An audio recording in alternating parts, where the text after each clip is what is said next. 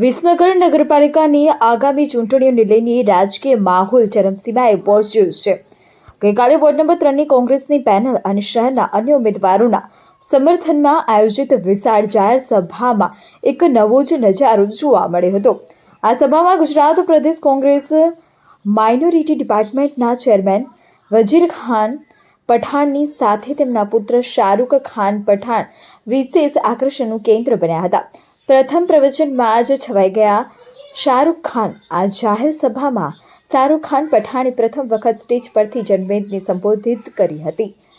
પોતાના પિતાના વારસાને આગળ ધપાવવા શાહરૂખ ખાને અત્યંત આત્મવિશ્વાસ સાથે જણાવ્યું કે આજે ભલે હું પહેલીવાર જાહેર મંચ પર આવ્યો છું, પરંતુ વિસનગરની જનતાનો આ અપાર પ્રેમ અને ઉત્સાહ જોઈને મારો જુસ્સો બમણો થઈ ગયો છે। પ્રવચનમાં ખાસ કરીને યુવાનોને હાકલ કરતા કહ્યું કે વિસનગરના સ્વર્ગીય પરિવર્તન માટે હવે યુવા પેઢીએ જાગૃત થઈ કોંગ્રેસના હાથ મજબૂત કરવા પડશે। તેમના આ જોરદાર સંબોધનને હાજર જનમેદનીએ તાળીઓના ગડગડાટથી વધાવી લીધું હતું। રાજકીય વિશ્લેષકો આ ઘટનાને વિસનગર કોંગ્રેસમાં એક નવા અને ઉર્જાવાન યુવા ચહેરાના આગમન તરીકે જોઈ રહ્યા છે। વજીર ખાન પઠાણના ભાજપ પર આકરા પ્રહાર સભાને સંબોધતા વજીર ખાન પઠાણે ભાજપ સરકારની નિષ્ફળતાઓ અને ભ્રષ્ટાચાર પર આકરા પ્રહારો કર્યા હતા। તેમણે મતદારોને અપીલ કરી હતી કે વિસનગરના પાયાના પ્રશ્નોના ઉકેલ માટે વોર્ડ નંબર 3ની પેનલના ઉમેદવારો ફકીર અલમાસબેન મંસૂરી, ગુલામ અહેમદ, લાલાભાઈ પટેલ, હિરેનકુમાર, ભીલ હંસાબેન આ આખી પેનલને પંજાના નિશાન પર મત આપી જંગી બહુમતીથી વિજયી બનાવવા આહવાન કર્યું હતું। શાહરૂખ ખાન પઠાણના રાજકીય એન્ટ્રી જેવા આ સંબોધન બાદ કોંગ્રેસના કાર્યકરોમાં ભારે ઉત્સાહ જોવા મળી રહ્યો છે। સ્થાનિક લોકોમાં પણ ચર્ચા છે કે વજીર ખાન પઠાણની અનુભવી નેતાગીરી અને શાહરૂખ ખાનનો યુવા જોશ કોંગ્રેસ માટે ગેમ ચેન્જર સાબિત થઈ શકે છે। સભામાં ઉમટેલી જનમેદની વિસનગરમાં પરિવર્તનના સંકેતો આપી રહી છે।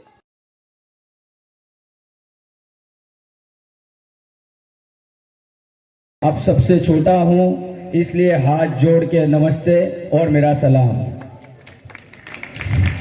आज पहली बार मैं स्टेज पे आया हूं क्योंकि ये बात मेरे वतन की है और वतन के लिए मैं हमेशा हाजिर हूं।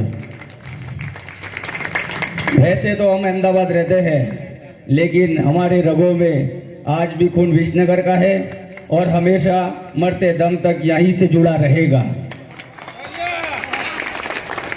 मैंने बहुत लोगों से सुना, न्यूज़ मिले कि भाजपा की सरकार ने डरा धमका के यहाँ के उम्मीदवारों को फॉर्म खिंचवाने पे मजबूर किया है। तो मैं उन बीजेपी वालों से कहना चाहता हूँ कि विसनगर की आवाम आपको 26 तारीख को तमाचा मारने की है और सभी हिंदू मुस्लिम भाइयों से मैं विनती करता हूँ कि एकजुट हो के ये तानाशाही सरकार को जवाब दे।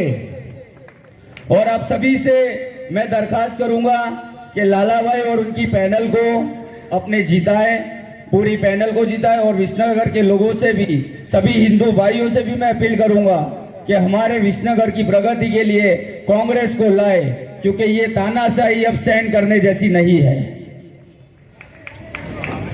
और मैं आपसे ये भी कहना चाहता हूँ कि वैसे तो मेरे फादर हमेशा यहाँ के लिए हाजिर है, लेकिन आज मंच से मैं भी ऐलान करना चाहता हूँ कि जिस दिन मेरी भी जरूरत पड़े, तुम्हारा भाई 2 घंटे में यहाँ पे हाजिर हो जाएगा इंशाअल्लाह। तालियां हो जाए दोस्तों, बहुत जम के तालियां। हमारी तालियों में आज दम नहीं है, जल्दी से। ज्यादा टाइम नहीं लूंगा, इसलिए कुछ शेर लिख के आया हूँ और उस पर मेरी बात खत्म करूंगा। देश चलता नहीं मचलता है, देश चलता नहीं मचलता है, मुद्दा हल होता नहीं सिर्फ उछलता है।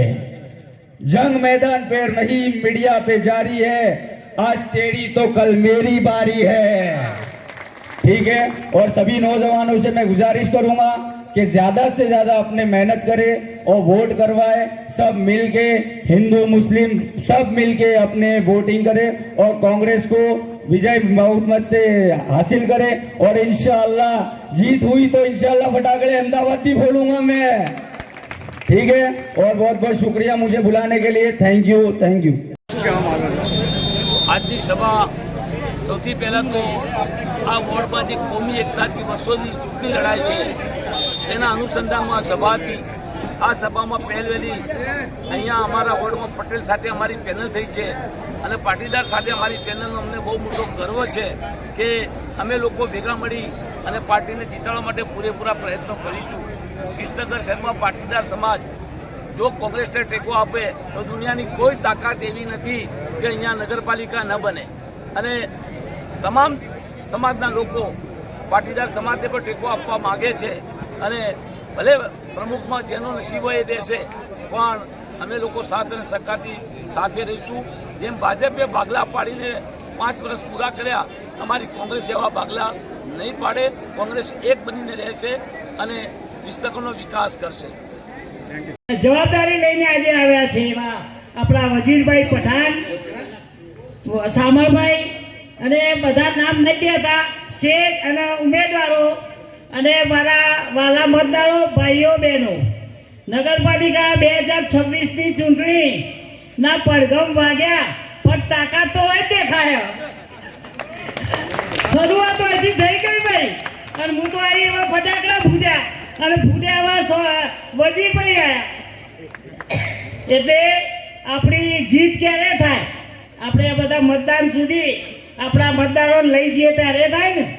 વાતો તો આપણે કરીએ ને આપણે એમ થાય કે મોટું ટોળું કરી દેવું, પણ મતદાન સુધી બીજું આપણે કંઈ કરવાનું નથી. વિકાસ તો ઘણો કરીશું અને ઘણો કર્યો, એટલે વિકાસ તો આપણા હાથે જ થયો. એ કોંગ્રેસ જ કરી શકે, પેલા તો લોકો વિનાશ કર્યો. વિકાસ કરતો શીખી જોયું હોય તો વિકાસની ખબર પડે ને. કોંગ્રેસનું વસાયેલું વેચ્યા ભાઈ ઊંચા જ નહીં આવતા. હું વિકાસ કરે હજી થોડું ઘણું હોય પતાવી દે. એટલે ખાસ સમય નહીં લેતા બધા જ મારા ઉમેદવારોને પણ કહું છું કે ડોર ટુ ડોર ઘેર ઘેર જઈ એના લોકોને સમજાવો અને મતની પેટીઓ સલકાઈ નાખો બધા, અને એક રિઝલ્ટ લાવો કે આ શાસન ભાજપનું એકલાનું નથી. વિસનગર આ કોંગ્રેસ પર તાકાતથી આવે. અને હું બેહીને 40 વર્ષે કોંગ્રેસ નગરપાલિકામાં બેઠી, ઇતિહાસ બનાવી દેવા વખત. બસ तालियों दोस्तों, तालियों. જય હિન્દ, જય ભારત.